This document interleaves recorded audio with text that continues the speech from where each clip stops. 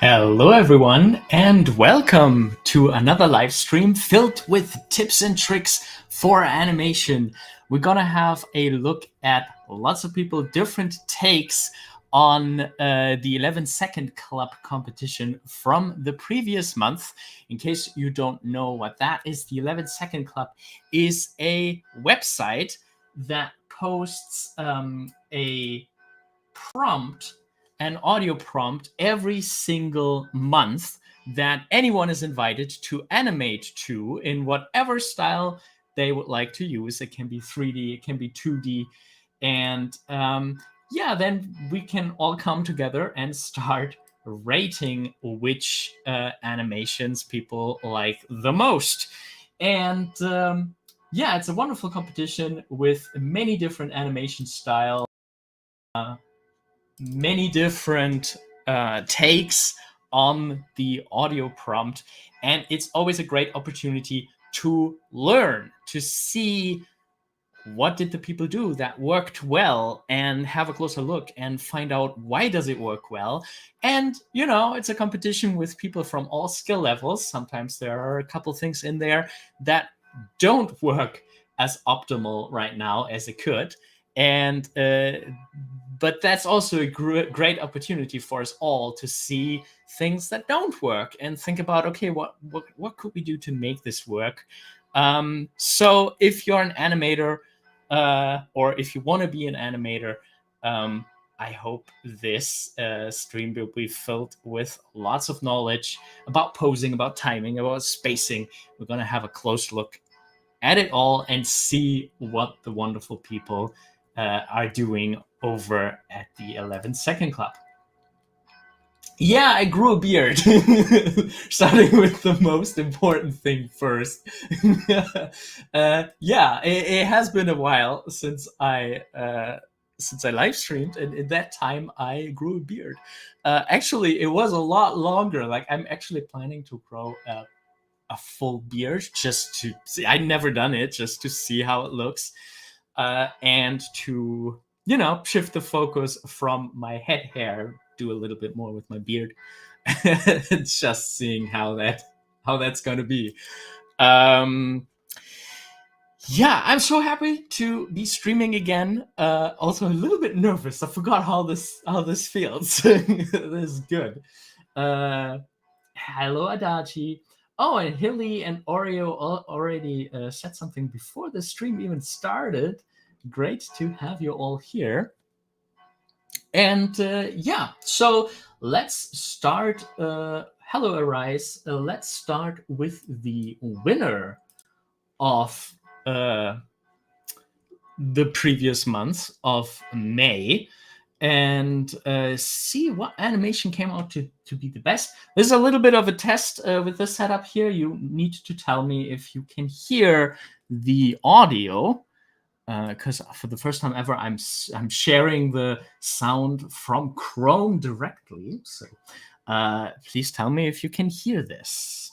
Come on, Glenn. You're an exciting guy. You remember that time when, you know... Thanks for trying. I have to say, I really like this audio prompt from May. It gives you so many opportunities to animate something fun to it. Yeah, give me a quick little message if you all can hear the audio from the video. And this one, the winner, Laurent Page, of course, super strong animation.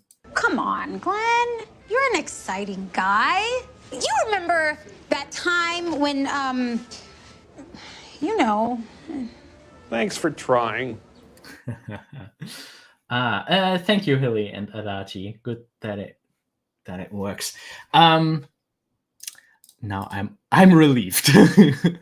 All right. So right off the bat, what I really like with this one is the way how it really milks every single pose. Like it starts like you can stop at pretty much any pose and just talk about how beautiful constructed it is, and it plays with like very stable, confident poses, but they're just so fun and well composed. And another thing that I feel like makes this really stand out is the way how the accents, the most important words in this piece, are stressed. Come on, Glenn. How the come on goes together with the high of the hand pose, and then for Glenn there's this drop and the turn. So just in these first 28 frames we have some incredibly well chosen, I think, ways to stress the words. Come on, Glenn. You're an exciting. That is so much fun. Come on, Glenn. And there's one thing that I usually advise against from is to go back to a pose that you were previously in. And it's interesting how this is kind of what is happening here. The main difference between here's before and then there's after is that in the second version of this pose, she has her eyes open.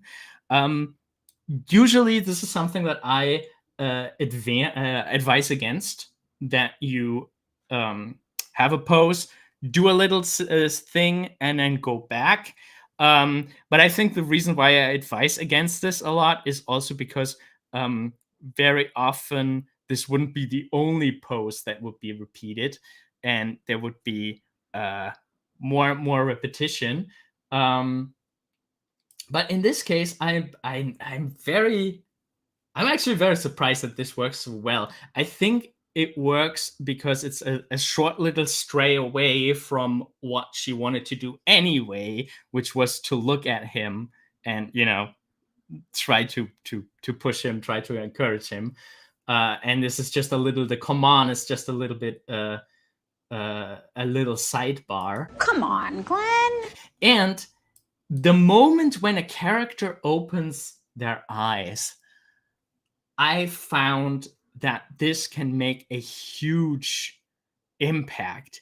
If you have a character closing their eyes for 2 or 3 poses and then looking at the camera or looking at another person, like that is kind of impactful. And just think about what we can do with eyes closing and opening, and the moment we open the eyes gets a very important moment. But also the reason why we close our eyes, I don't think it's as clear cut in this case, but there's like a huge difference between short blinks and long blinks. You know, if somebody really like closes their eyes for a moment, that is really a whole different vibe than somebody just almost not blinking, just blinking as quickly as possible. It gives your entire acting some very different feeling. Hilly says, so the pose can be slightly different. I would say this is actually the preferred way. You know, if you're doing this, you have a pose, you do something in between, and then you go back to the previous one.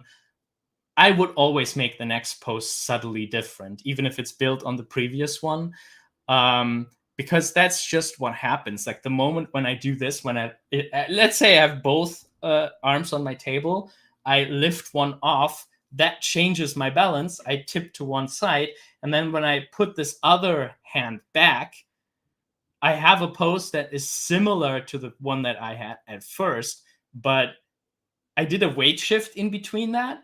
And for most little like side gestures, you don't do the weight shift back. So that is very often why you don't return to the exact same pose, because the weight distribution changed between the ones. So I think that is also why this one works here. Come on, Glenn. You're an exciting guy. And this is actually the moment where her weight shift really changes. Like at first, let's try this drawing tool here. I'm also trying this in the browser now. So right now she's actually leaning back, and she's actually like, the weight is kind of like in her entire side and in the arm. And the moment she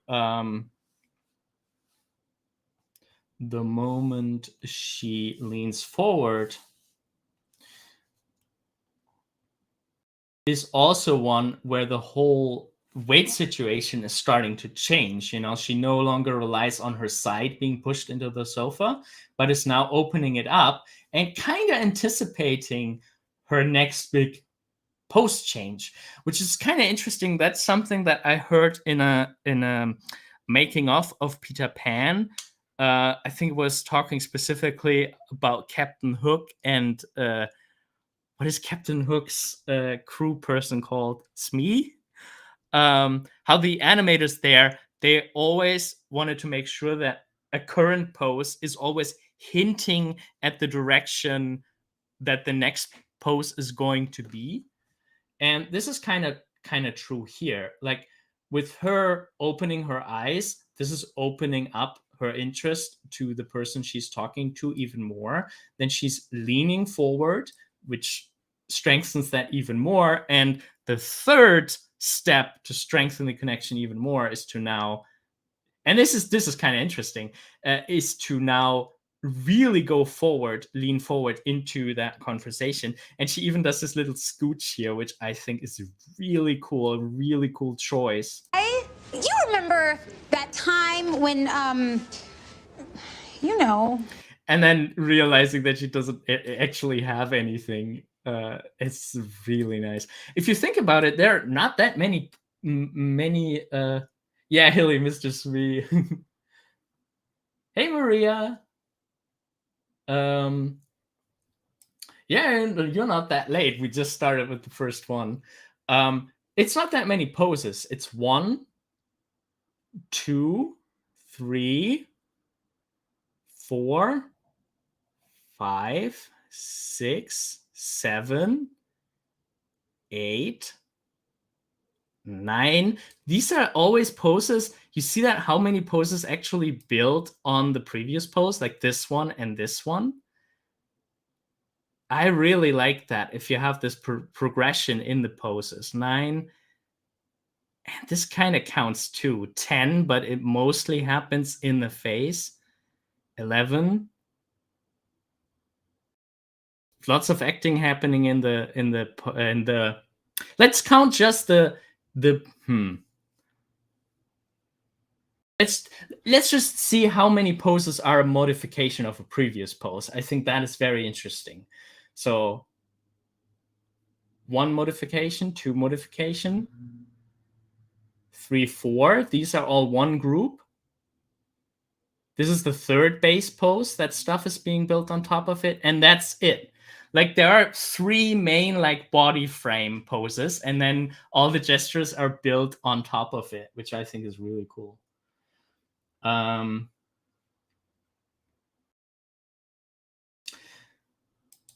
Adachi asked or says, this kind of 3D animation relies heavily in mocap, isn't it? I don't like. Technically, this is definitely not mocap. I think this was keyframed by hand, just because the rhythm of all the poses is so beautiful. Like that is definitely handcrafted, and down through to the finger, to the fingers. This is perfection. Like motion capturing would not give you that. Maybe it's motion capturing in a sense that it is very realistic it's leaning a lot into reality and something that a person could realistically do. But then it has a lot of things that I think are so crystal clear, you only get that in animation. That time when, you know. Thanks for Like this kind of acting, like, I mean, look at her face with the eyebrows and stuff like this. This is heavy. This is, well, overacting is the wrong word, but it's exaggeration.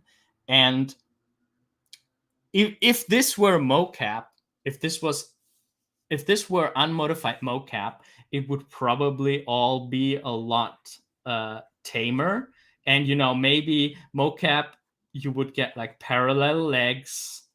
Like, good mocap actors don't do that. Good mocap actors for animation, they try to make more interesting poses. But this posing the legs like this is a strong and conscious choice. Having these,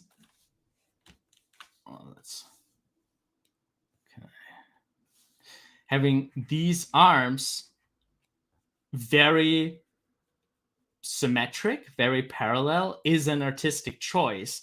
And a mocap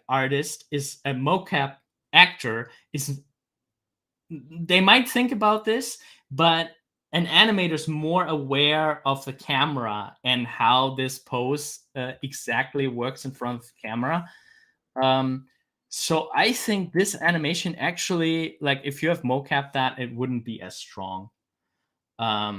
So I think it fits a certain style. Like, it goes in the direction where it could be in a more realistic Pixar movie, but it's not something for like a Looney Tunes cartoon show. Like, in that sense, it's very different animation. And I think both have their strengths and their need. Like, it very much depends on what kind of project you have, what kind of story you're telling. Look at this little. Thanks for trying. Looking down, like she's cracking. Like, she still kind of tries to be encouraging here. That time. But then again, just a post modification. She is like, yeah, what time? Actually, what am I talking about? I don't know what I'm talking about. And then she looks back up, and in that moment, also her mouth does this little motion, like she's pulling the mask back up. Thanks for trying. Come on. Very nice piece. Very awesome animation that well deserved the win. Well done, Lauren Page. I kind of want to jump over the first one a little bit quicker because they do get a free, like, that's the thing that you can win at the 11-second club. They win the critique. But it's just real quick, let's have a look at how this pose is constructed. We have this extremely strong line of action, and we have large parts of the body that are completely in line with the line of action. We have her entire belly and upper body be in line with the line of action. We have kind of this leg taking over the line of action. So there are a lot of lines that give this pose, which is just somebody sitting, a very dynamic feel that I feel like fits to that personality. And then what I like, there's an awesome mix of stability and dynamic in this pose. Like, you have the upper arms, which are, let's choose a different color. You have the upper arms, which are parallel. You have the upper legs, which are parallel to each other. You have the hand, which is kind of extending the lower arm. So all things that feel kind of static, But then it's broken by you have these lower legs kind of funneling out.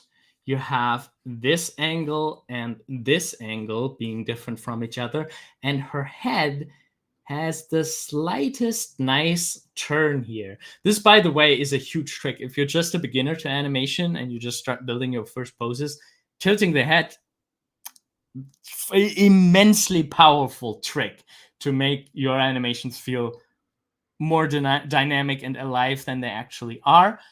This is also a thing. In reality, we hold the head relatively straight.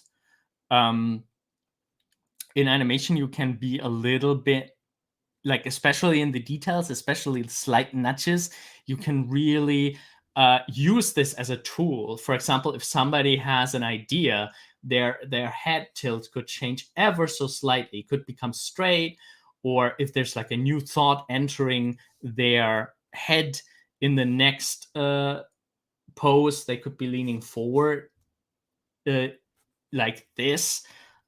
The head tilt is an immensely powerful tool, even if it's just little head tilts. If it's big head tilts, it can quickly look a little bit wobbly, like a wobble head, like a chicken. You kind of need to be a bit careful with that. But yeah, really awesome tool, very well used.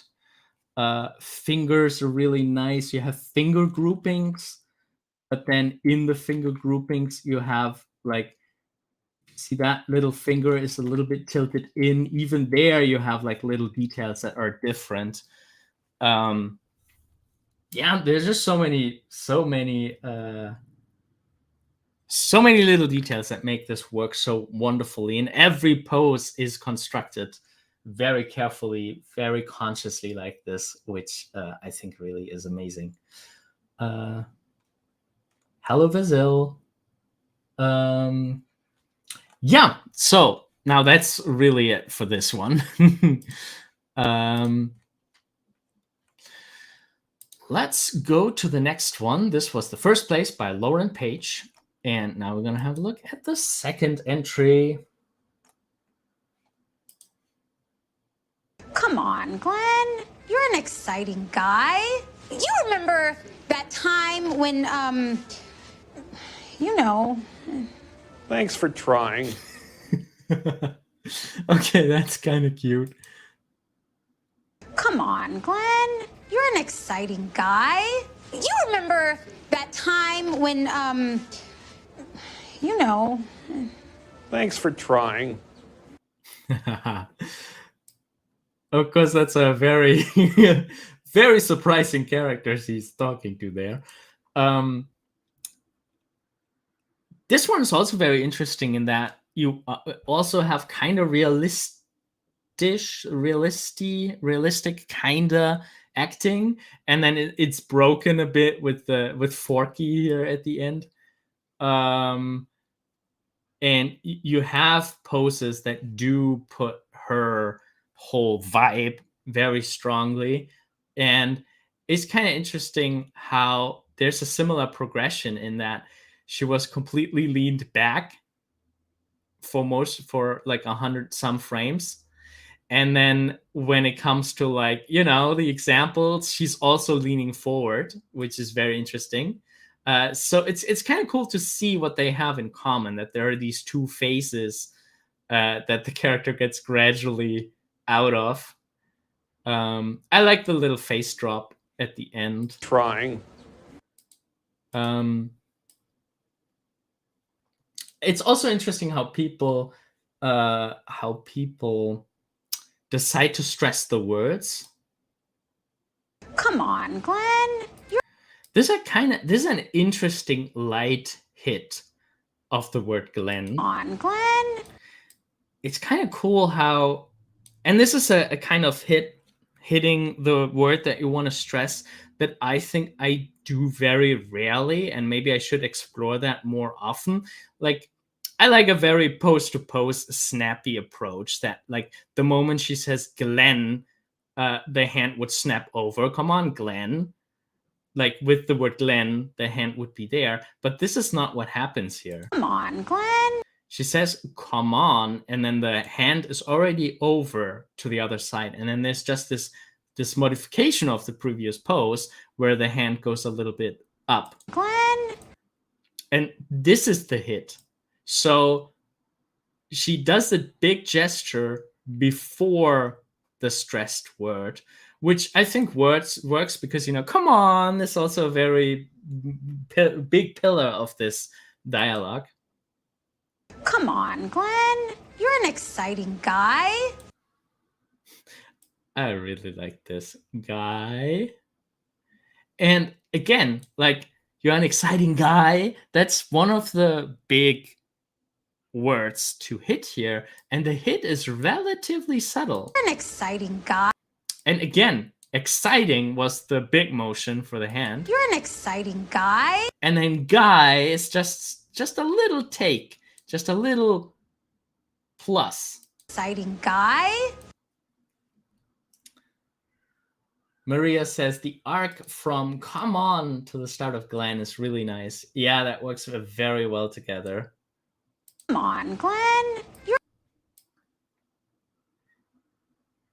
It's also interesting in that you're kind of getting in the territory where you need to be careful that your arc is pronounced enough. I think this is right on the border, like, well done. This works really well because most of the arc is actually here in the beginning. And then she, I can't jump to it right now. And then the other half of the arc is here. Like this point here, the middle is relatively straight. Come on, Glenn. And there's like a little smear action. Like there are some poses here that don't really make any sense. Like this is not what realistically would have happened. It's just distorting the hand a little bit to get this nice smear. Come on, Glenn.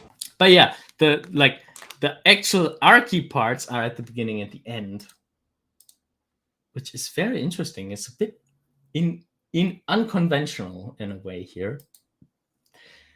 Eidolon says the way her jaw moves is funny to me. Let's see.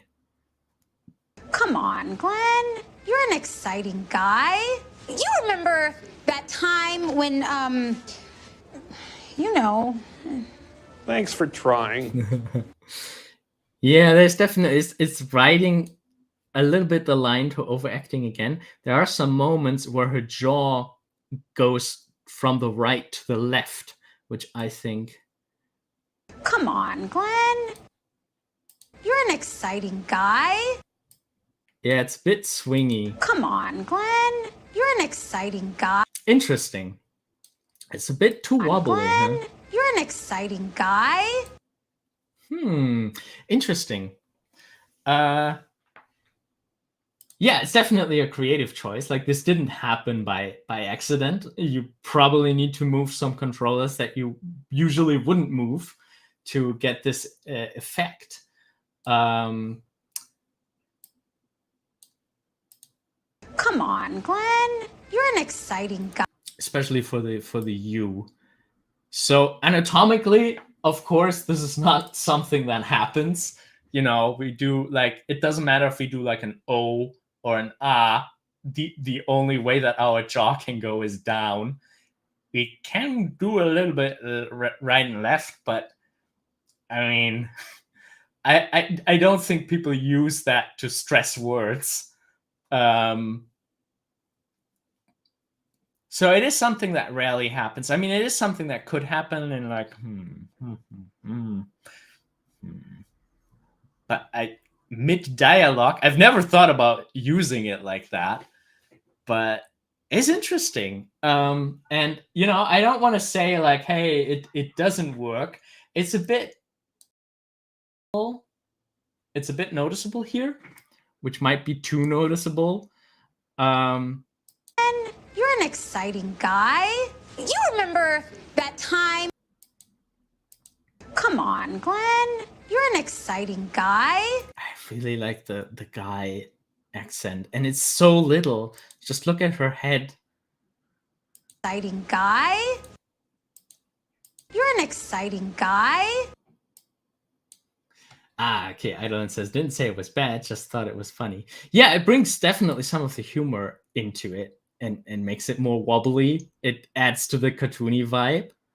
But again, it takes away from the realistic. Like, it's a little bit like you have different amount of realism and different amount of exaggeration. And this took a little bit from the realism and puts it into the exaggeration. And yeah, it always depends on the vibe that you want to create. That time when you know. Thanks for trying. When that time when Look at the subtle little secondary motion in her hands. that time when you remember that time, Like this little touching her fingers together and moving them around a little bit. This very little. that time when. That's so nice. And then a snappy point and hold. That's also pretty nice. The point as a gesture is always very dangerous because points can get very cliche very quickly. I kind of like especially because he cannot actually nail down a point. That time we went to that amusement park, that would be like, remember? But she's like, just as like, that time, and immediately points it, draws it back in, like, oh wait, I have to think about this first, which it works so well with the acting situation that we have here.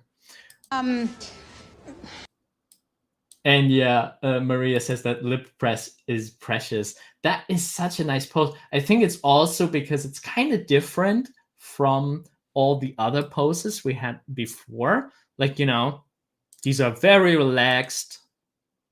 Come on, very Glenn. lean back. You're an exciting guy.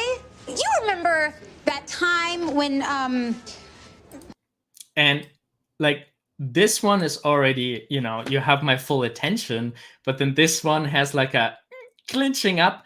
Look at her shoulder, just that little raise of the shoulder, how it adds to the overall tension together with the lip.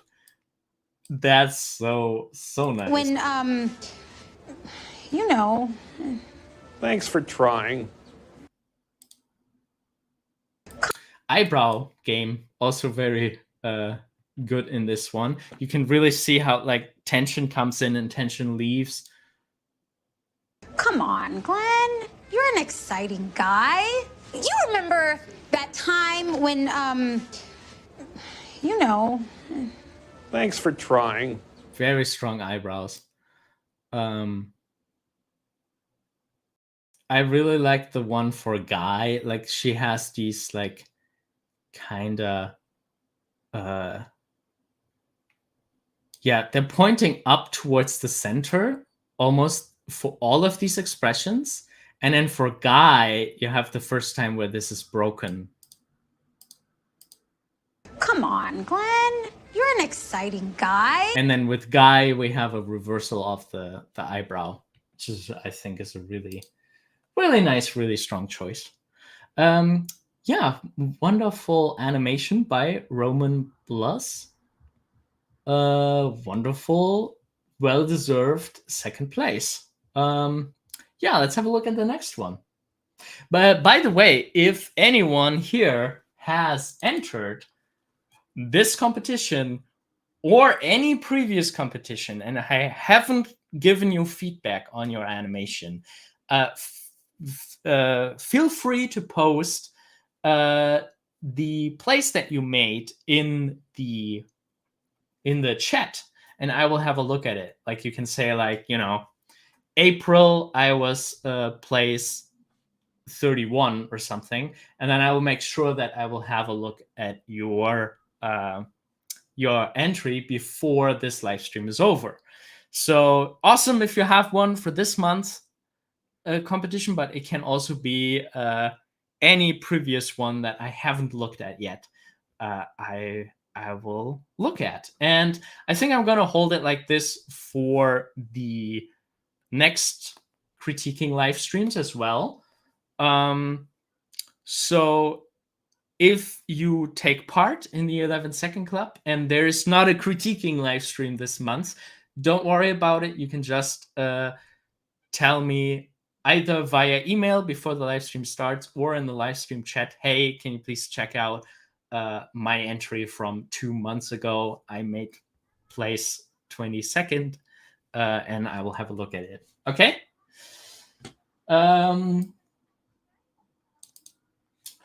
So, the next animation here by Lucas.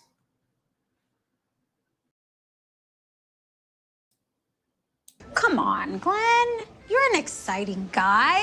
You remember that time when, you know. Thanks for trying.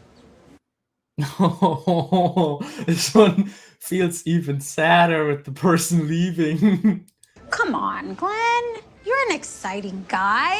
You remember that time when, you know. Thanks for trying. I do like how this one is playing with the, like, there's like an openness for, that time I almost have it. And then she's like continuously more turning towards the inside. Like this one last little outreach here. And then she's just kind of like completely going back into her center, which I think is a very nice way of showing this. Come on, Glenn. You're an exciting guy. We kind of also have a pose modification, which I think is really interesting. We have, her kind of self-assured, secure position. That is a Rick with some huge hands. And then she breaks that for a weight shift, which is actually a big thing. Sometimes when standing, characters have like very little weight adjustments, and this one is actually a whole big thing with, you need to place the right arm, left arm, push yourself up, scoot over, release the weight, and get the hands together. That's a very complex action here. Come on, Glenn. You're an exciting guy. And it did change her line of action, like especially for Come on, Glenn. For come on. Interesting that it doesn't really stress Glenn. Like there's a nice little facial shape that is stressed for it, but the hero of this moment is come on, and the arc that we have during that. Come on, Glenn. Which is cool. Like in the previous one, we saw that the come on was an arc as well, but in the hand. Come on was in the previous one. And in this one, we have come on. We have an arc in the head. It's interesting how you can attribute like multiple words to like a flow of motion. I think that's pretty cool. Come on, Glenn. You're an that kind of is a drop for Glenn. Like, come on, and then Glenn, it's dropping down.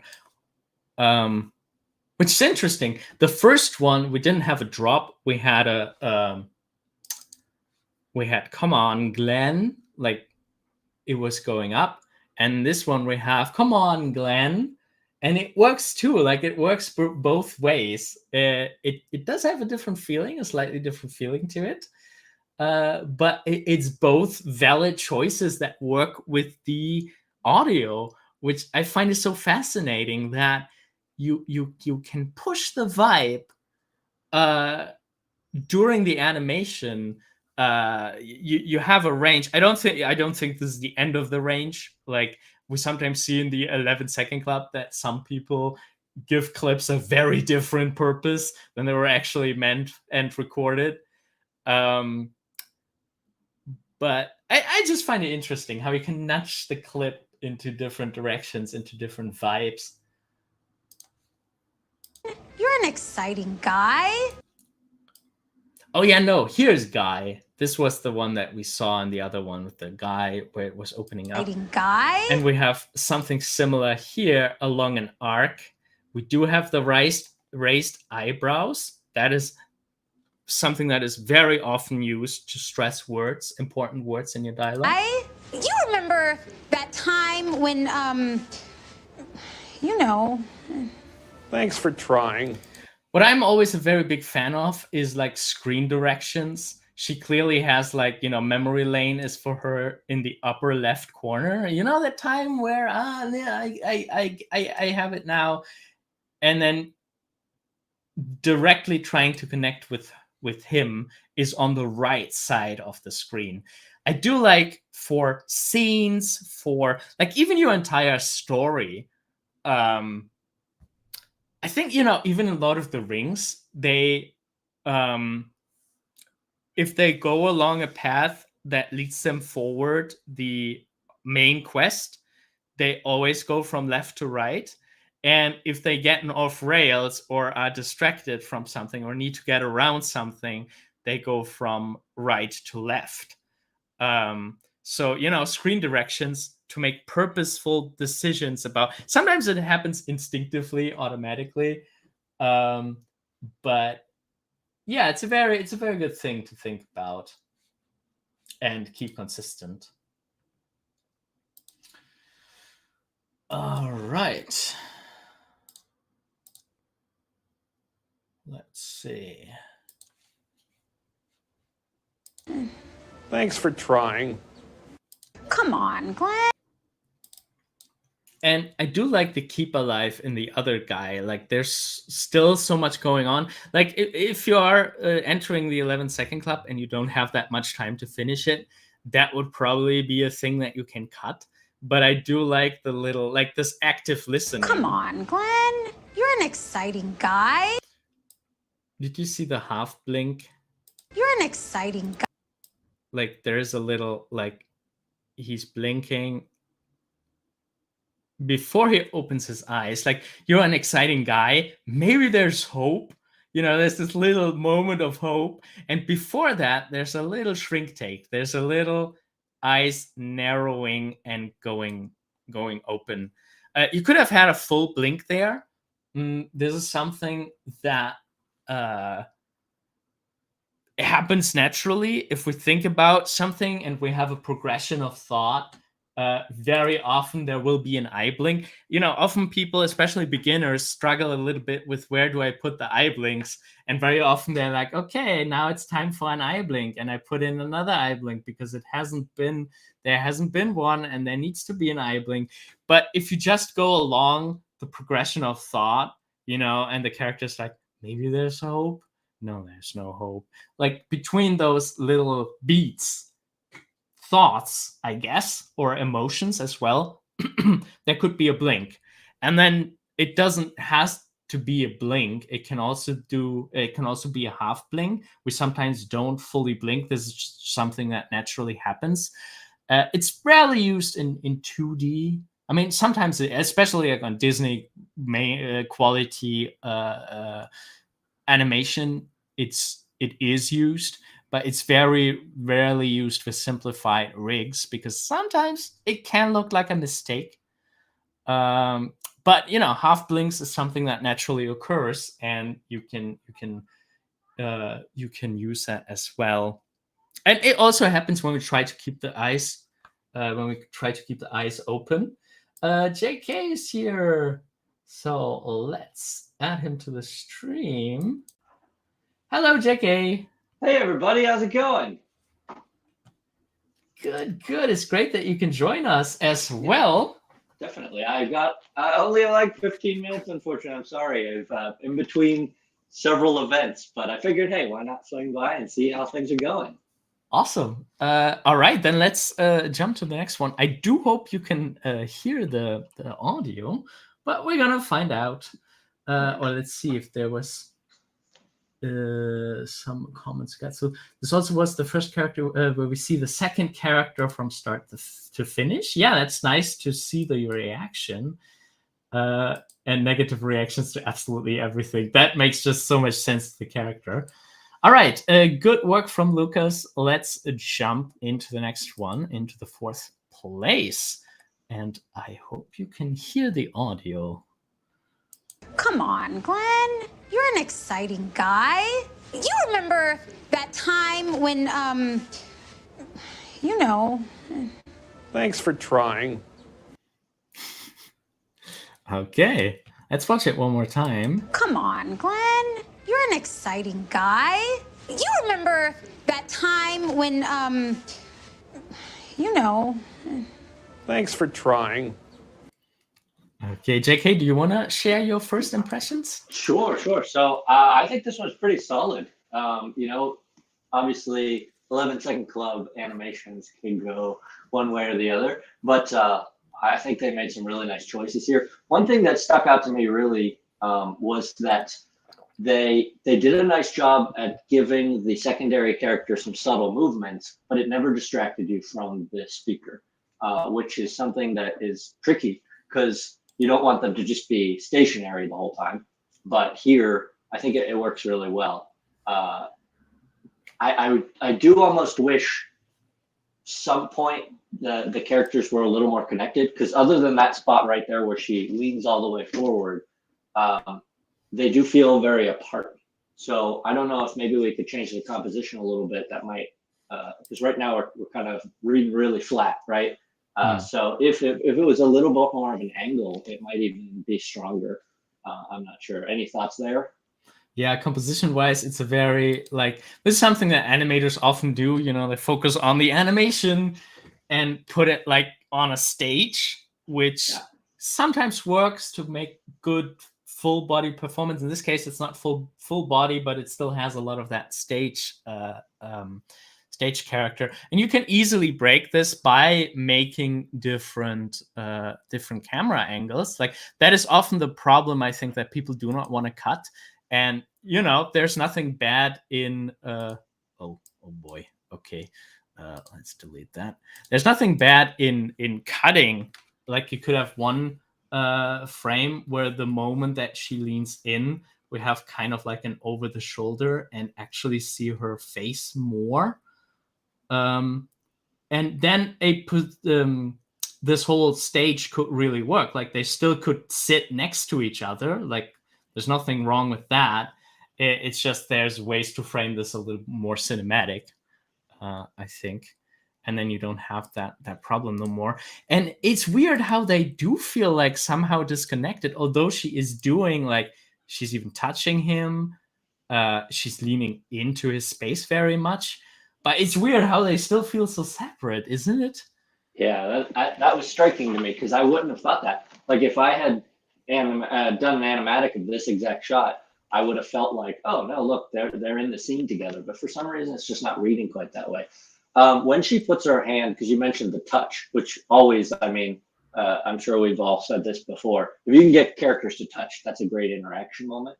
Mm-hmm. I think the fact that they had her touch him on the back instead of the shoulder, the hand disappears during the touch. And I think that was a mistake right there, because it doesn't feel solid anymore. It just goes behind him. And so we're still disconnected. If they'd have stopped it on the shoulder and even maybe had the shoulder move just a tiny bit, that would have added so much to this piece, I think. Mm-hmm. Yeah, and you got it. There we are in a territory where 2D is a lot easier than 3D, because you could just draw it like that.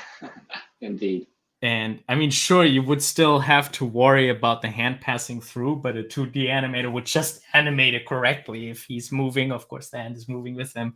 And with 3D, this can be very problematic to make sure that all the curves are lined up the same as his shoulder movement and stuff like this. So touching is expensive, is something that my mentor always said.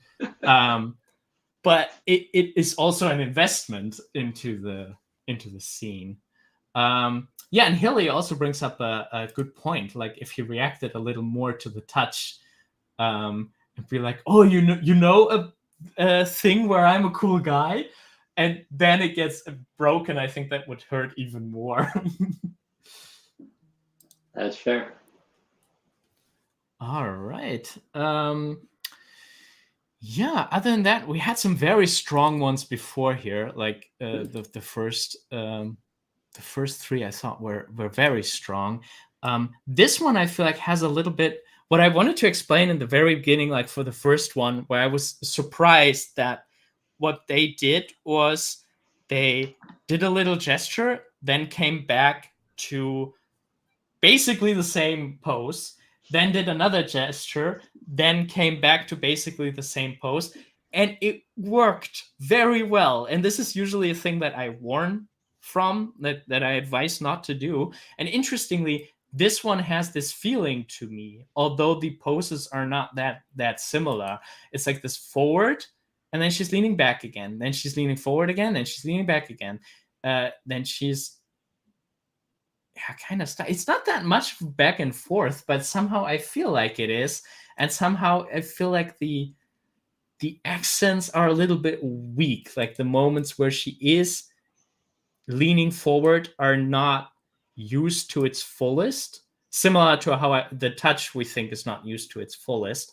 I think both of these poses, I think if they would have been held longer, I think this could make this even stronger. So Marie commented, Yeah. does she move a little too much at the start? Talked about economy of expression, which I appreciate. Yeah, economy is a big thing. My own response, and Ferdinand, you should chime in too. I don't think she moves too much at the start because it sets the audience up immediately with who's talking, and the biggest movement you want to have be the focal point.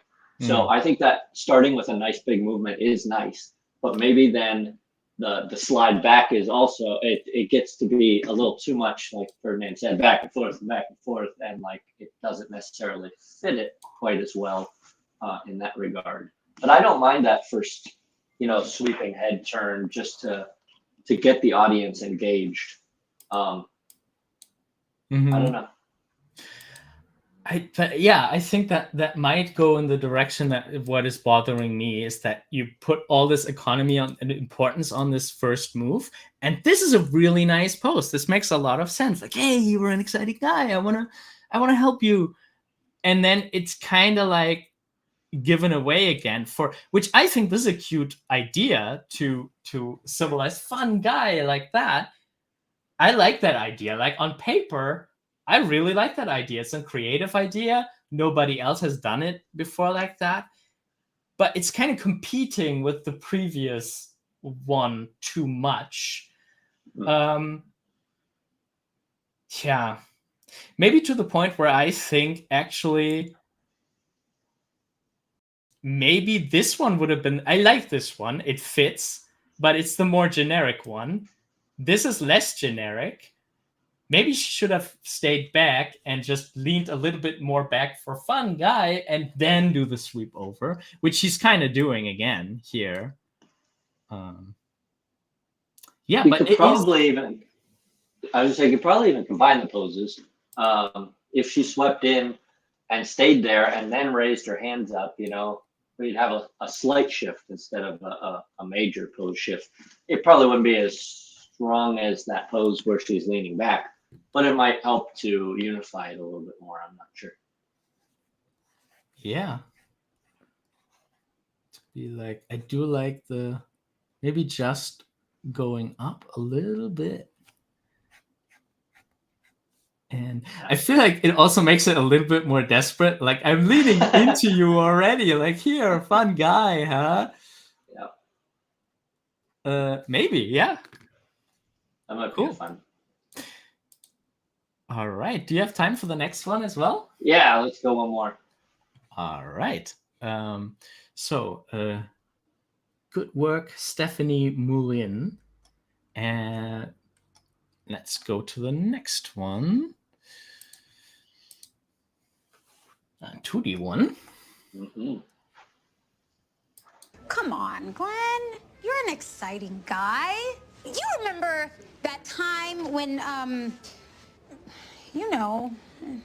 Thanks for trying. Let's play it one more time. Come on, Glenn. You're an exciting guy. You remember that time when, you know. Thanks for trying. All right. Do you want to go first? Sure. So this one makes me smile. It's just fun and I enjoy it. It helps because in my head, the voice sounds very much like, I don't even know if it's the same actress or the bluebird in Over the Garden Wall. And so it fits with the bird in my head for some reason. It just combines. I have that brought that in with me.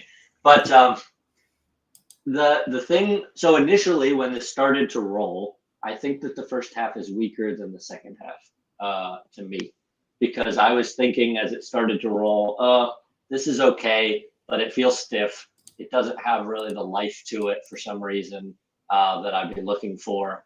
And then once the bird gets into flight and lands on his head, I feel like it really starts to shine, and we're getting like the animator at their best. So it's almost a tale of two animations for me in a little bit of a ways. That first bit, I think, could use a lot more work, but the second bit is just so pleasant and it feels real. It feels true, which I really appreciate. Mm-hmm. The eye movements of the hippo are just lovely. Like it's got this little subtlety, and the blink is just beautiful. It's just that's really nice. That's some really nice eye work, in my opinion. Mm-hmm. And it's interesting how many frames, like, just look at how the eyebrows drop, and the entire face area has been redrawn for that little moment with just the ears and the eyebrows sinking in. Really nice stuff right there. And this is something that 2D animators, like, I mean, that whole flight is also really nice and stuff. And it requires lots of good planning. But then to here we are again with talking about, investment, putting all these frames just into like this expression sinking in. It just feels very charming and very alive here. And also these blinks are very slow. They have a lot of frames. And I feel like the blink happens at the right musical timing to the cadence of the whole piece. Like it fits. It just, because you could include a blink, and if it feels like it's not musically, at the beat, at the right beat, but this feels like it's at the right beat to me. They just really nailed that, I think. That's really pleasant. The other thing I would say about this is, since last clip we were talking about the disconnect between the characters, here, how great is this that they managed to connect them so beautifully. Your eye knows exactly where to go and where to stay. It leads you through the piece. Really, really nice in that regard. Mm-hmm. Yeah. One thing that was true for the previous one too, we have this stage situation again, this time actually both characters full body, which is sometimes cool to explore your animation like this, but again, it's not how usually films are made. And I wonder if there would have been even a chance for a little bit of a surprise here if you would have framed it idly, not just zooming in, maybe also tilting the camera a little bit, but like this, in a way that you don't know who the bird is nudging. And then for the flight, you go into a wider shot and you see like there's a big hippo here. I think that could have been kind of cute. I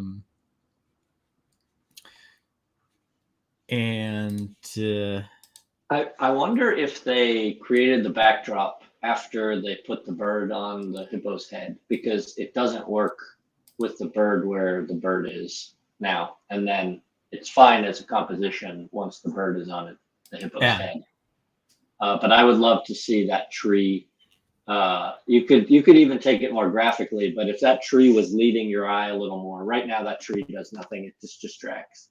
So I know that's not that's not the purpose of the 11-second club. We're critiquing backgrounds here, but that's something to keep in mind when you're staging a shot. The thing should draw you in to whatever it is. And right now, that tree is so complex and so just distracting. You don't want your background to distract from. Yeah, an interesting variation. That way, you have the room for the bird. I wouldn't have done it that way, but that's a very good idea there. Maybe, yeah. That's the difficult thing with animation. There's so much that sneaks in from all kinds of different fields. Like in the pure animation itself, you already have physics and acting and all this stuff, which you need for the movement itself. But staging can also contribute so much to the overall feel of it and readability. Yeah. That it's almost impossible to really completely separate it. With regards to the background, one piece of advice that I see very often done wrong is how far the horizon is actually away when you are outside. Like here we have the bushes and I feel like this little distance almost, I don't know, I would expect this hippo to be like even wider, like to be like, if you would have like a hippo slice, I would expect this hippo to be at least that wide, and then the bushes start behind there. Like to me, like that distance doesn't work. Sometimes you might want that feeling of your characters being closed in, even when they are outside. But generally, if you want to convey the feeling of an open field, it's very, and this is one of the things that I feel like the brain remembers wrong, because the brain has a very hard time remembering empty space, because empty space isn't noticeable, notable for the brain. So we underestimate how far distances actually are. For sure. That's a good point. Yeah. Well, good stuff. So unfortunately, I'm gonna have to jet, but I'm glad I got to swing by for a few minutes anyway. Yeah. And next month, I'm putting this on my schedule so that I can definitely be here for the whole thing, because it is such a fun thing to do, and you learn a lot by doing it. So. Yeah. Thank you for joining us. Yeah, we'll see you next time on next live stream, everybody, and have a good one. All right. See you. Thank you. Bye.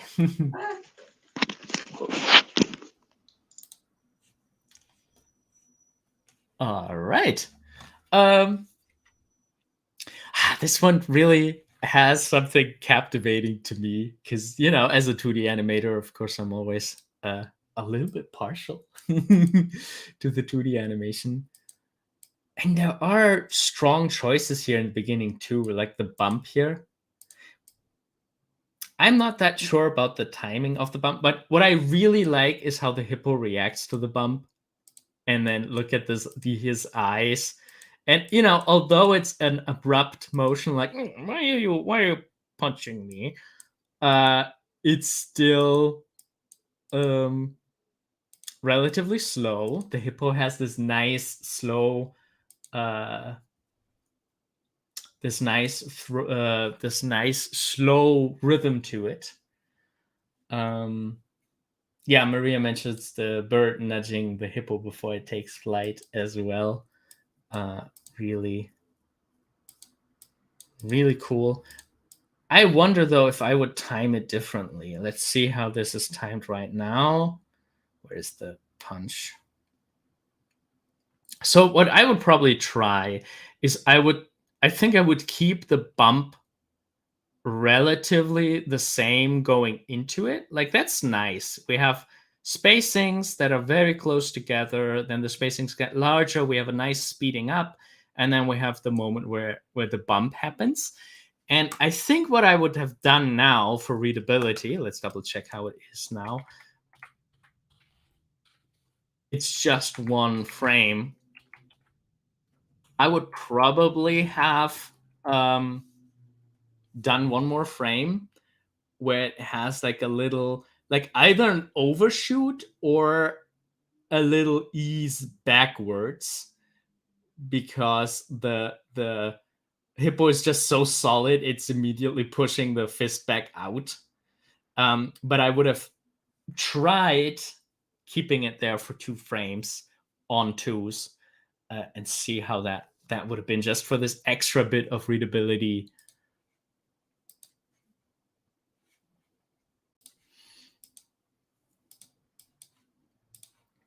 Come on, Glenn. You're an exciting guy. Come on, Glenn. You're an exciting guy. I like how guy goes together with the landing. Guy. You're an exciting guy.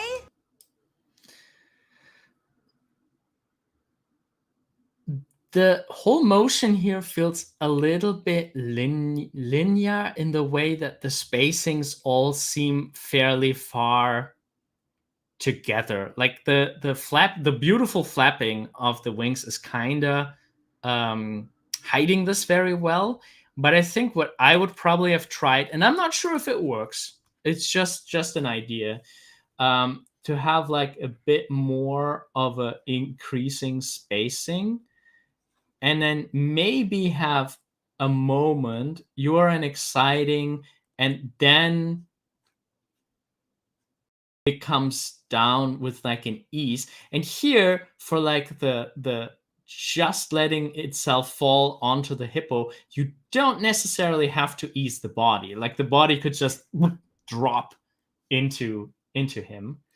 And then, all the rest, like the wings, could be placed and fold up more gently with an ease to be placed on the head. I think that might have just to spice up the rhythm a little bit. I don't think it's like a necessity. I'm not even 100% sure if it will work, but just as a suggestion. Exciting guy. You remember that?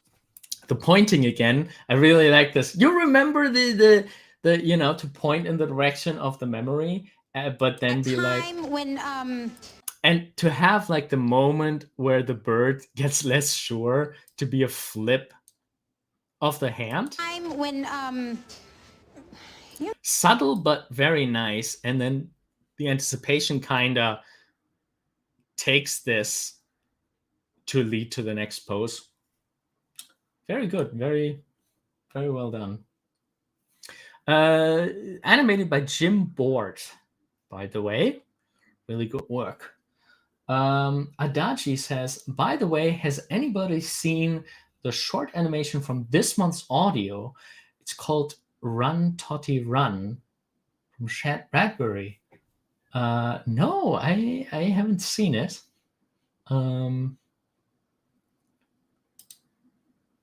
It's awesome, and I'm still wondering how it was made. Now I'm super curious. I'm definitely gonna check it out after the stream. So it's from an animation. It's always kind of tricky if they take 11 Second Club audio snippets from an animation.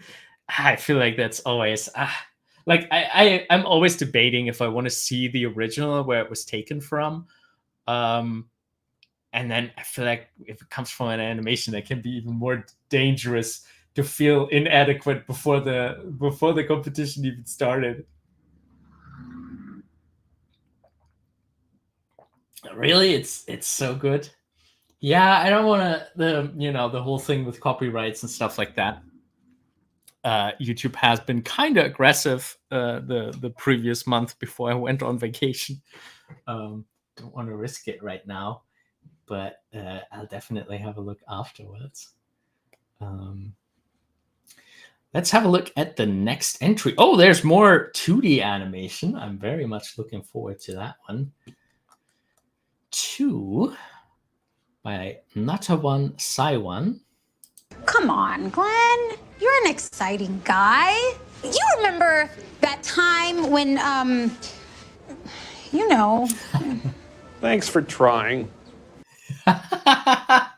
Okay, it's pretty nice. Some rigged 2D animation. It has a little bit of a well animated TV show feeling to it. Is it actually rigged? I'm not sure. Or is it just very solidly drawn? Yeah, this one, like this motion is clearly rigged and reusing poses and just sliding it down, but it works. Like, and I feel like there's enough cool subtleness in here to lift the quality above a normal television piece. Or, very often in television they don't have time for stuff like, look at the trophy, the hat sliding down. Like, that's that's a really nice touch that somebody needs to have the time to put that in. That lifts like limited animation to a new level. There's also a nice little overshoot in the hand. Like, it's, first of all, it's super snappy. Like, that last spacing here, that's a huge spacing. And then, catching it with an overshoot and easing into the final position. Really nice.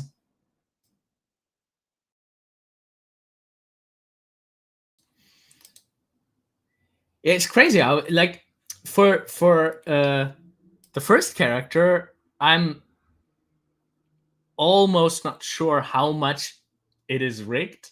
The some lip sync shapes feel repeated, which, that's cool. You can do that.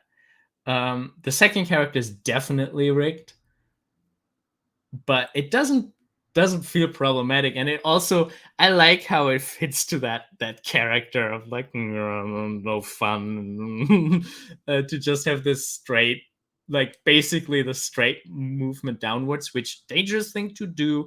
There's no arc in the body motion. There's an awesome sufficient arc in the hand. Like, that is very nice. Like, you can't do more arc than that. But like, to just have the body sink in fits to this static character in this case. Come on, Glenn. The shrugging pose is a little bit generic. It's very well executed. The timing is really nice. I like how everything drops down and then up, and the way how the head going up goes very well together with the with the mouth shape. Come on, Glenn. With the O. That's very nice. Come on, Glenn. There is this, look at the eyes. These little eye darts. Glenn, that's so nice. Come on, Glenn. Eye darts, they are like the icing on the cake. Really, really nice tool to make your characters feel like they're really, intensely looking, registering something, and there's something going on behind their eyes. That's very nice. Come on, Glenn. But, as far as originality goes, like a symmetric shrug pose is not the most exciting. I think it works okay here. I wonder if, I don't know, I wonder if this could have been used for some kind of a connection here. To make the character feel a little bit more reaching out. If that is the intention, if that fits the character. But yeah. You're an exciting guy. I mean, I guess this is kind of what is happening now. You're an exciting guy. We have seen some very, I don't want to say more original, but like, as far as reaching out goes to the other character, this is not the craziest pose that we have seen. But in this style, it could be. Like, in this style, you could really, and this is now very difficult to do because I obviously didn't do thumbnails and look development on this, but you could really really push this, really do some crazy stuff that you couldn't do in the in all the other animation styles. So It's functional. Again, television, this would already be higher. And although there's some pretty high-end television animation these days, I feel like with a little bit more of a specificity and with some more craziness in there, this could have been even better. But it's just like the animation craft itself, the timing and spacing, and how, like, if this is rigged, the stuff like, doing actually what happens now, like this take up, that is so good and not a lazy thing to do. You remember that time when And I like that it kind of falls together with like taking a breath of air. you remember that time when Thanks for trying. come on, Glenn. You're an exciting guy. I kind of wonder if for You're an Exciting Guy, we have all this bouncy blop blop blop happening here, and then for Guy, we only have the lip sync. I wonder if he kind of shoots the powder a little bit too early. Like, just imagining you're an exciting guy and having like a bigger whole hat motion. I mean, it might have been distracting, but You're an exciting guy. like, I feel like doing Guy, like the face could really melt into some craziness before it goes back to on model for this whole stuff. Yeah, but I'm realizing, I'm suggesting alternatives, which is, sometimes it's a little bit, do I understand what this person was going for? And, it's valid to go in other directions. Just some things to consider. Like, there are no big glaring mistakes here. It's a very solid piece by Natawan, and I had a lot of fun watching it. All right, let's have a look at the next one by Fiona Ho. Come on, Glenn. You're an exciting guy.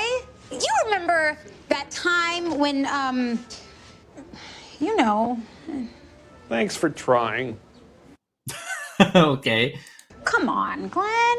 You're an I do like that we're getting some gestures that weren't, that are not possible anywhere else. The way how she is putting the fork on the plate.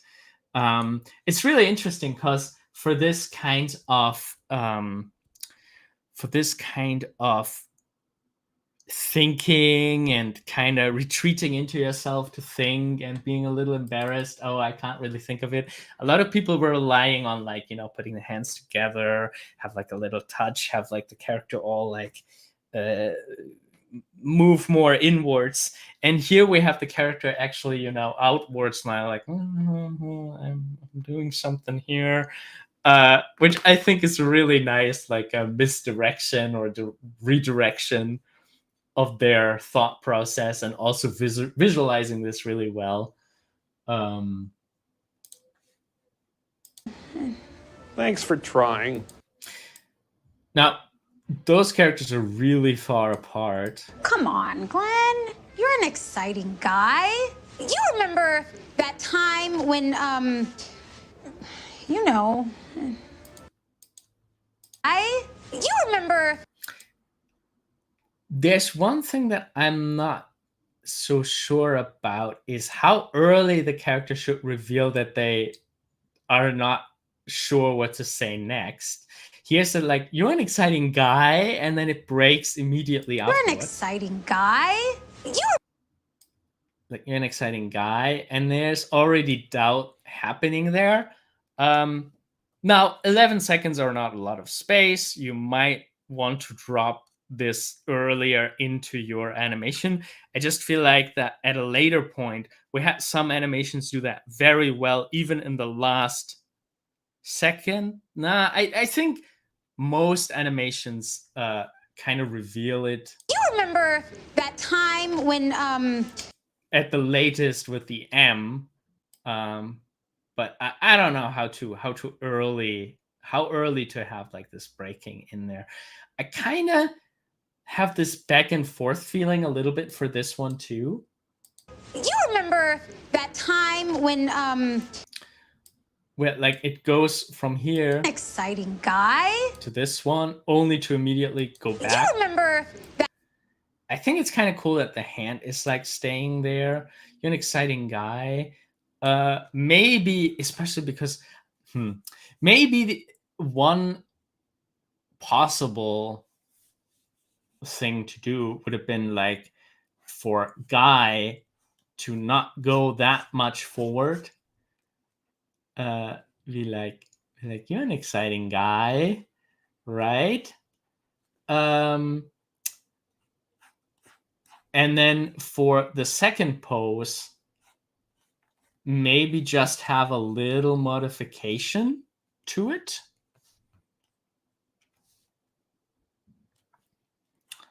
Either leaning back or leaning slightly forward. I'm not sure at the moment.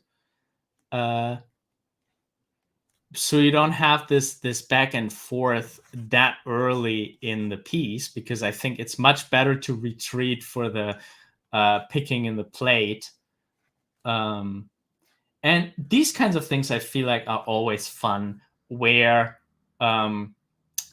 you pull one element of the character to one side and another element of the character to the other side. You have them getting wider a little bit.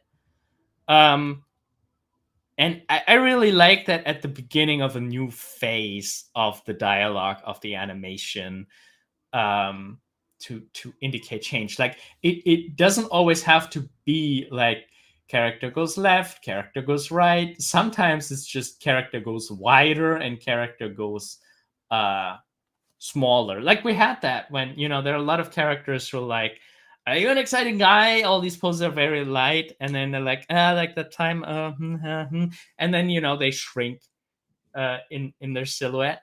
That's a very good thing to have an eye on.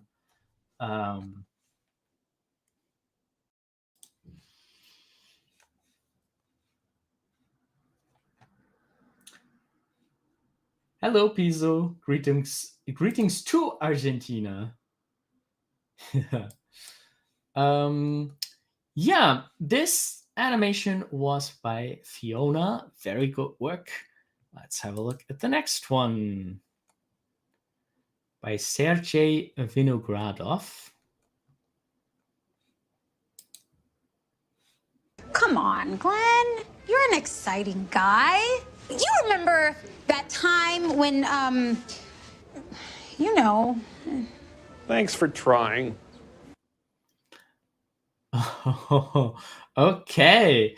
Here we have one of the famous rephrasing, turning the animation into something else, giving it a different context, giving it a different meaning. Come on, Glenn. You're an exciting guy. You remember that time when Thanks for trying. Okay. That's a wild design. Yeah, indeed. I mean, it's partly because it's found rigs. It's rigs that were this way. Although I think the wings are definitely new. It's very nice how the wings are used here. when How they drop first, like they reveal the character's true feelings before the rest of the face and the body do it. It's also a cool rig. Like 3 very cool rigs, very distinct in their design choices. I don't feel like they necessarily come together that much. I guess the guy and like she's so specific with the dress and the pearl necklaces. But yeah, I mean, you have to work with what you can get for the 11-second club competition. Come on, Glenn. You're an exciting guy. One conceptual problem with this whole scene, I think, is that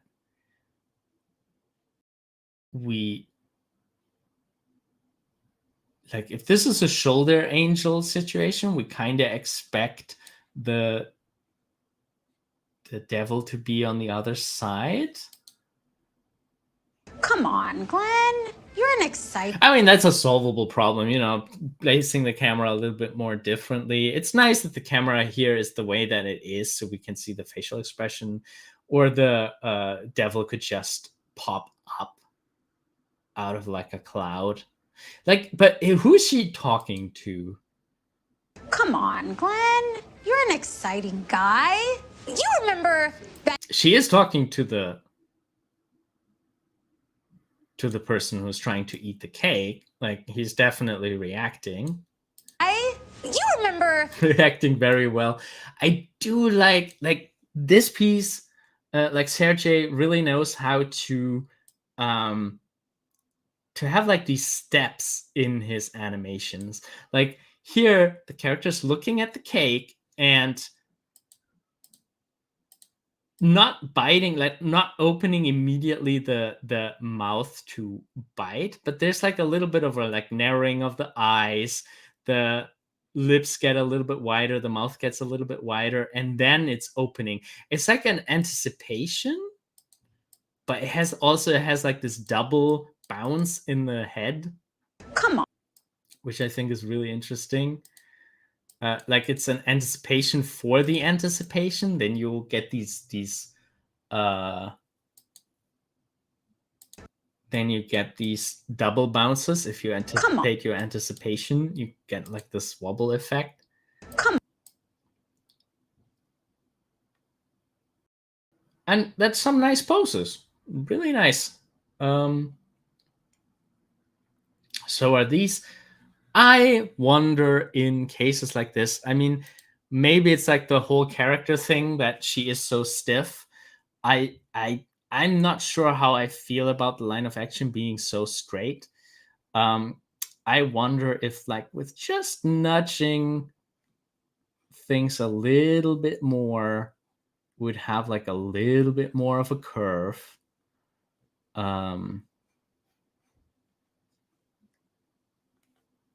I think that might, not loosen up the pose, but make it a little more I don't know. Like, I also have to think like am I just on autopilot criticizing poses? You're an exciting guy. And she's like communicating so much forward as if she's almost talking to the camera, which I don't know. Is this a POV? I don't read it as a POV. I really like how he's like, yeah, about to swallow the cake whole. That's how it looks like. How he's like going from the open mouth pose to you remember looking back and forth. That's really nice. You remember that... Here, screen direction is now very clear. She's looking to the left. That time when I really like what the hands are doing here. Remember that time, hands meeting with this huge spacing, really nice, and one hand actually reaching the position a little bit earlier. It's a little earlier in the vicinity. That's kind of nice. Clapping together and then building on this several times, like having like an accent where she goes up. That's really nice. And then having like this twist in the hands and having an overshoot to the right with the entire body. See how it gets continued in the wings. Like you have this arc in the hand and the shoulder and the wings and her head motion, they all move together with this, but also separately. Like things are starting and stopping separately at different times. That's very cool. That's a very nice leading from pose to pose, and you can kind of not tell where one pose starts and the other pose, where one pose ends and the other pose begins. That time when it's a very nice flow. and then the reveal of the wings dropping down is also happening in that pose, and then everything else drops afterwards.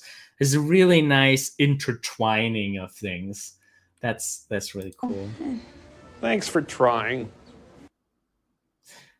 It's a bit weird with the wink. Yeah, Hilly pointed that out. The winking devil guy looks so odd with the delivery. It's so weird how it can be nudged, though. Like, I know the scene. I know that he is completely like struck. Like, other things we're trying. Thanks for trying. It's weird how it almost manages to get it into a positive delivery. Thanks for trying. Maybe it's also the specificity of the wing. Thanks for trying. Of the wink. You know. Thanks for trying.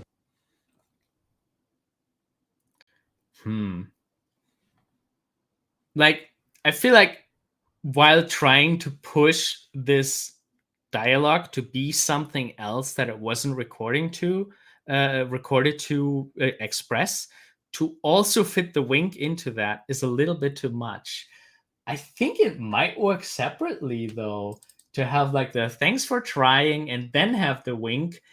Then you don't have to do the heavy lifting during the wink to make this convincing, and to have a more like thanks for trying and then have something that really shifts it in another direction without the audio that's fighting against it might work a little bit better.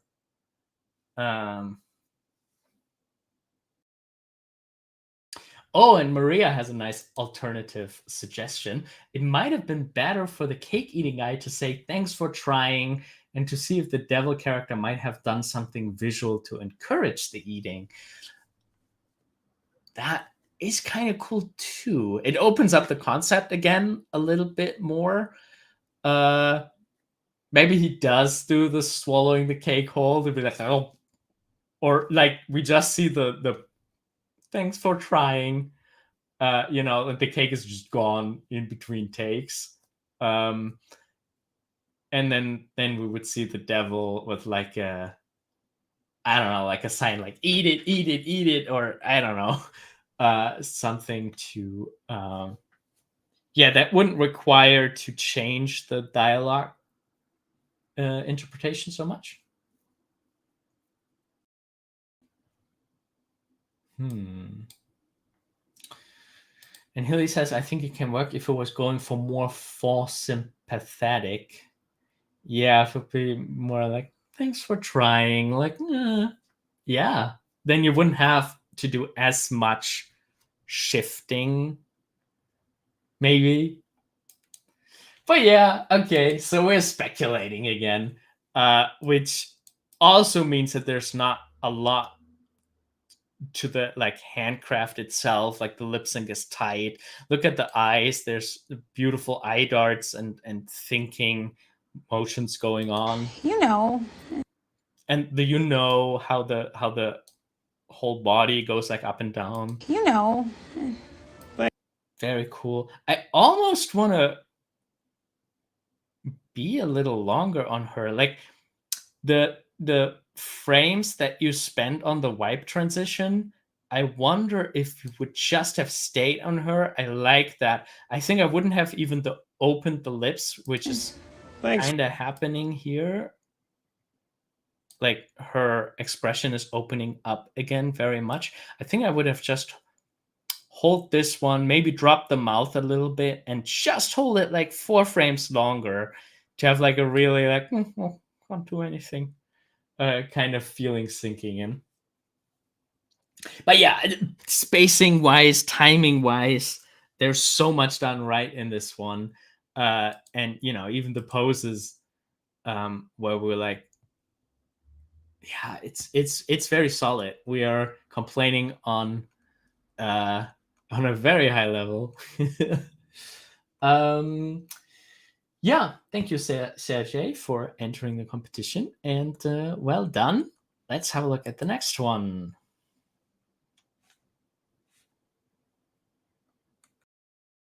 Come on, Glenn. You're an exciting guy. You remember that time when, you know. Thanks for trying. Oh, I love this one. I love how charming it is.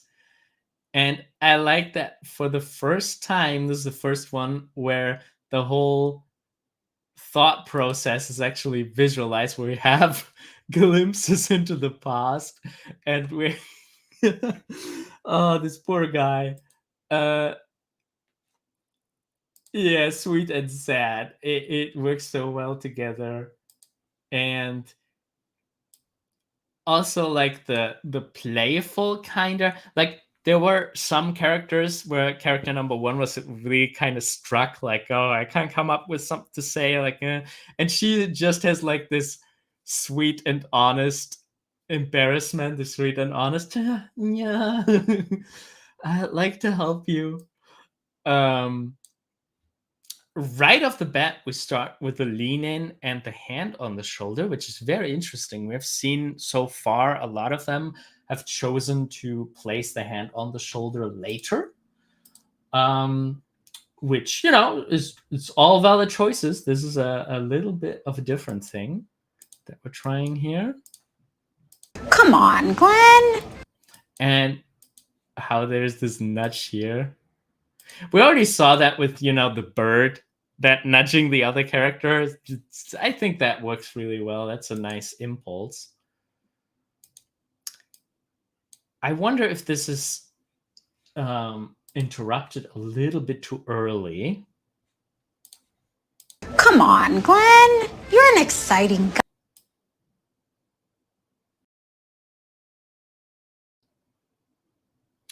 Oh, and the second nudge one, nudge two, and the second nudge happens while she's removing the hands. I'm not sure about this. I think I would have decided to go more strongly for like two nudges, nudge, nudge, and then just keep the hand there.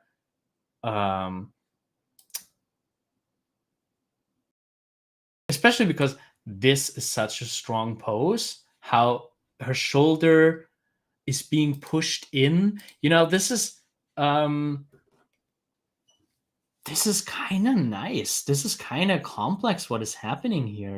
You can tell that this leg is there under the skirt and very stable, very pushed out, enough for her to lean with her full weight onto that hand, which causes her shoulder to go up. And then you kind of have the shoulder, like this one has a lot less tension to go on the guy's back, and then for when she's nudging him, I don't know how much tension she actually builds up right now. Oh yeah, she does. And then when she's nudging him, the nudge is kind of off sync. Like there's nothing happening here. Her arm is straight, but the nudge hasn't started yet. I feel like there's a little bit of a, if she really nudges hard, his body needs to move no matter what. If there's so much push being leaned into, he has to move with it. There can't be a delay because she's physically pushing him. The moment her arm is straight-ish, he needs to be fully nudged to the other side. So I feel like there could be a little bit of tweaking here. But then also, to have that kind of like, because she has so much weight on here, she can now push with the whole body, with that whole construct that's giving her stability. She can push fully into that. So I would have maybe nudged a little bit more. And yeah, definitely make sure that it is in sync with him. Come on, Glenn. You're an exciting. I do like dissolving the pose, making it a little bit softer for Glenn. That's kind of nice. Come on, Glenn. You're an exciting. There's not enough frames in these 11-second club things. So it makes sense why they decided to do this pose. Glenn, you're an exciting guy. I really love this one. Great anticipation. Glenn, you're an exciting guy. And it hits Guy so perfectly. And look at how much fun we have with the timing here. We have like a relatively quick motion here. We have a very clear anticipation, like this is held in the air for 1, 2 sets of twos, and then whoosh, we have that nice punch. We have, when the curve is about to complete, we have an ease slowing down, but then before we stop, there's another drop down, overshoot style, overshooting coming back. Very interesting to have slowing down, faster overshoot, and then ending up in the pose.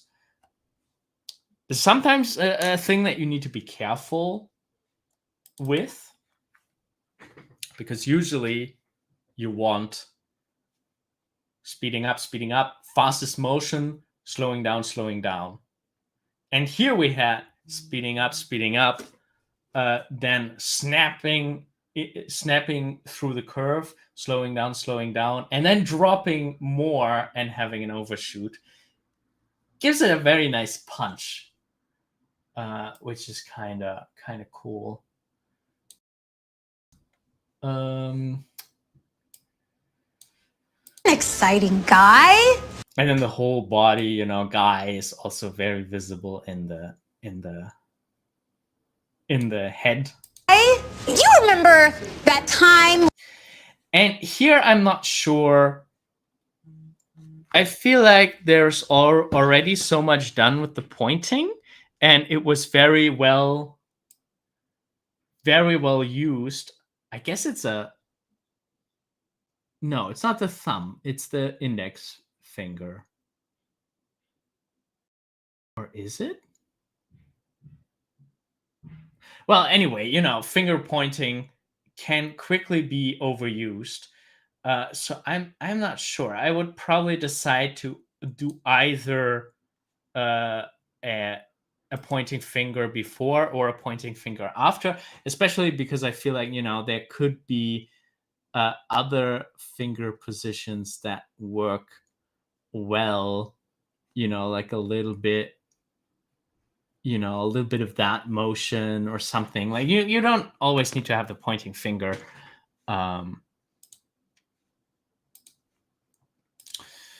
Remember that time when and then you have more stuff that works with the index finger, and this is also very, like, it's a cliche pose, but I feel like it's also kind of cool that we have like this remembering kind of cliche pose, which is read very quickly. Like you can immediately have seen this pose 1,000 times. Okay, character thinking, remembering, and then it's taking the attention to these thought bubbles, which is kind of nice. That you have a cliche pose that can step into the background, and now we have thum thum thum, the little blast from the past popping up.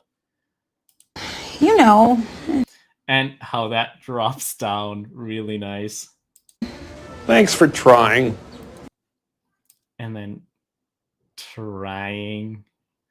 Look at how his head trying gets pushed up. That makes a lot of sense, because to open the mouth that wide, this is actually something that I was wondering in the hippo animation, but I don't think I mentioned it. There's so many things that I think, and some of them I don't even say. So jaws usually open up towards the bottom, right? So if you have a character and they opening the mouth, they are like extending towards the bottom, because just the jaw's like a hinge, a joint that is fixed there, and it can only go down. And usually the there is a little bit of like lip movement that could pull back over the teeth that could go further up. Like, you could have something like this where it's pulling a little bit over where it was before, but generally the jaw is only extending towards the bottom. But now if you have a character who's like kind of fixed at the bottom, like the hippo, the hippo was laying on the ground, and if they are now opening their mouth really wide, their jaw doesn't have a place to go, so they have to lift their head, which gives like a very odd kind of, because that's not how heads usually operate. This very odd where it's extending towards the top. They do use that in anime sometimes, especially in these cuter styles, that you have characters that are moving their the upper half of their head when they're talking, when they're opening it, which is usually not how it works, and it gives you like this very fun feeling to it. And this is happening in here a little bit because the character's so close. Like, it's not, the head is not even leaning onto the arm anymore, but it's doing it anyway. I think it's also an illusion because the head is moving up and at the same time the jaw is going down. That might be giving me this impression. I like it. It's a little like, it makes him a little dorky. I would probably avoid the tension with the flower here. Like the line of his face goes directly together with the line of the flower. I would make sure in the composition that that the flower kind of ends up earlier, and that there's like a little bit of space. Maybe pull the whole flower over a little bit, because I kind of do like this space here between the pot and the flower. And then, we have another case of this being a little stagey, this being like a stage clip, and less how a film would be staged. But somehow in this one, I feel like it works more than in some of the others, where it has like this cartoon comic strip kind of feel to it.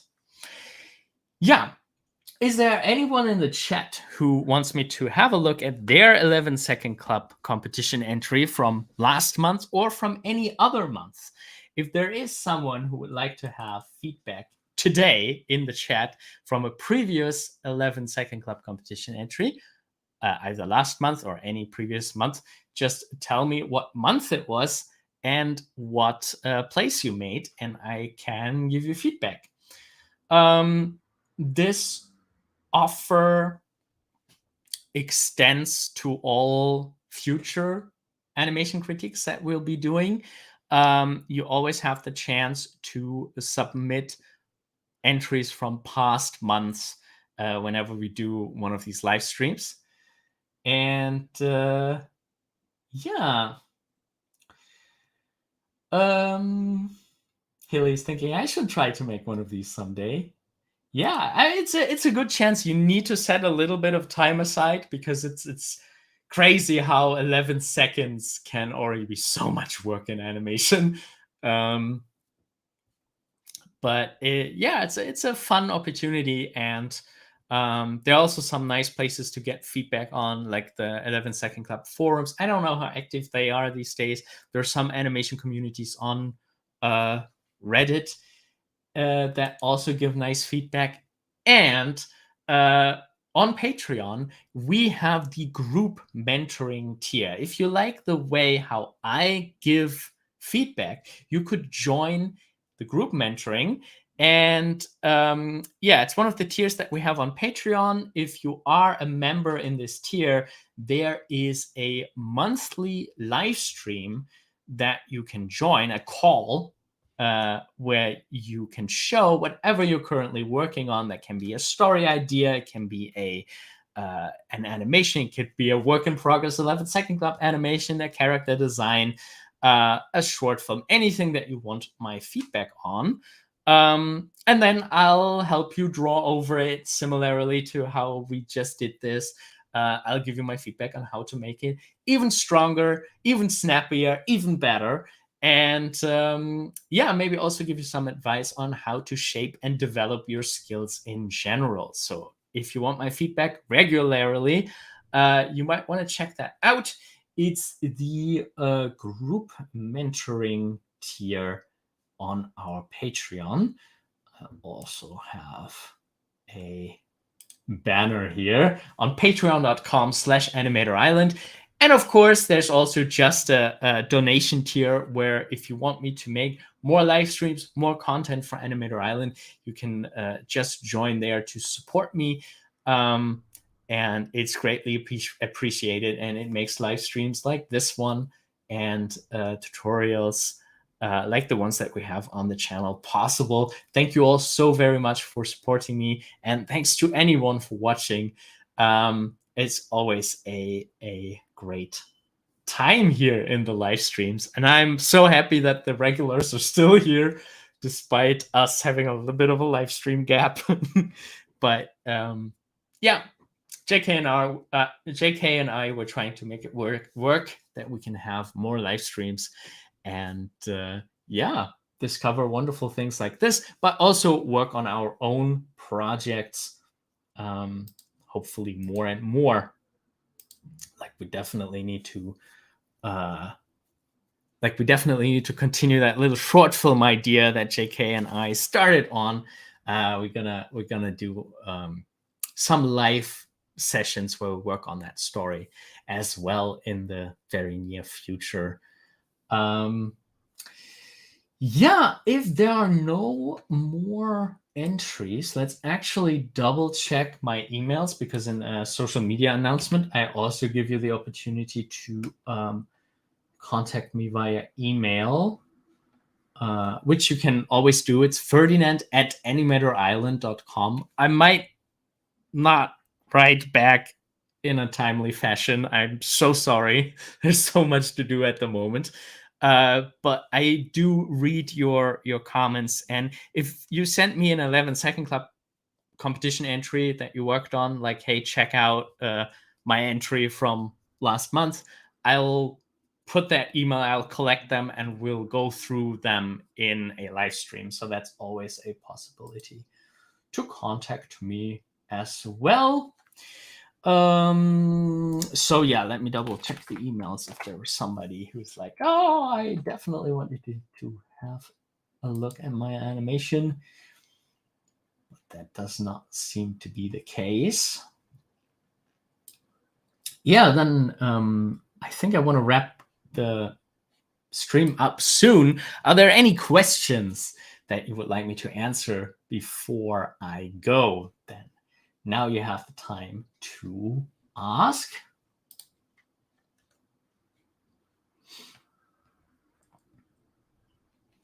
Haley asks, still working on that animation project with the sheep? Yes, that's the one that I referred to, the fantasy project that I started with JK. We're going to continue that. I did some scribbles in my sketchbook, so it did kind of continue on paper, which is kind of cool. Like while I was traveling, to actually draw on paper again for a change, because, you know, nowadays, like, any work that I do for clients is always directly in the computer, because this is where it needs to be, with undo button and, you know, all the digital possibilities, and, you know, cutting something out, selecting something, resizing it. It's just so much quicker if you work on client work. But while we were traveling in the US, I was fortunately a little yeah, I had some time to just scribble on paper again, which was a nice change. So I definitely gonna scan those, take some photos of them, and they will also help us to do the look development. Yeah, we really need to continue look development with that one, see how the characters look, and continue the animatic. So yeah, hopefully that these live streams become a complete documentation of how this film is being made. Hello, Beige Red. Yeah. Piso says, when I learn more OpenTunes, I will join one of your classes that I can afford.